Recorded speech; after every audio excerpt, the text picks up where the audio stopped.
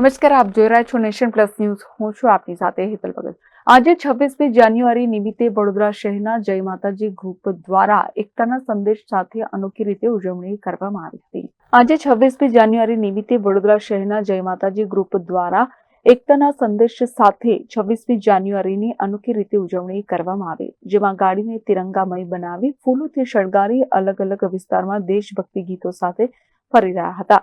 અફઝલભાઈ દ્વારા એકતાના સંદેશ સાથે પશ્ચિમ વિસ્તારમાં અલગ અલગ જગ્યાઓ પર કાર લઈને તેઓ ફરી રહ્યા હતા, જેમાં આ પર્વને લઈને અનોખી રીતે ઉજવણી કરવામાં આવી હતી.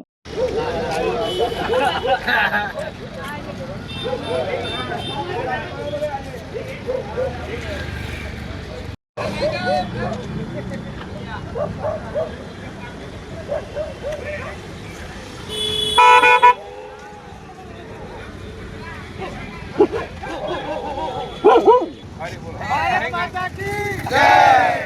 वंदे मातरम। वंदे मातरम। वंदे मातरम। ભારત માતા કી જય.